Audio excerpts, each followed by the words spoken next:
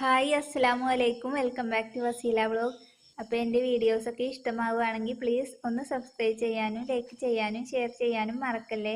അപ്പോൾ ഇന്ന് ക്യാറ്റ് കൊണ്ട് ഒരു വെറൈറ്റി വിഭവമാണ് ഉണ്ടാക്കുന്നത് കേട്ടോ. ക്യാറ്റ് കുംസാണ് ഉണ്ടാക്കുന്നത്. അതെങ്ങനെയാണ് ഉണ്ടാക്കാമെന്ന് നമുക്ക് നോക്കാം.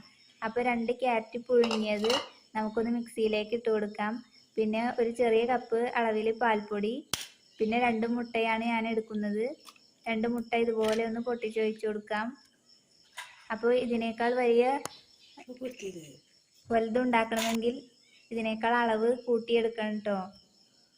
അപ്പോൾ ഇനി നമുക്ക് അരച്ച അരപ്പ് ഇതുപോലെ സ്റ്റീൽ പാത്രത്തിൽ വാഴയില വെട്ടി വെച്ച് അതിലേക്കൊന്ന് ഒഴിച്ച് ഒന്ന് ഷേപ്പാക്കി എടുക്കാം.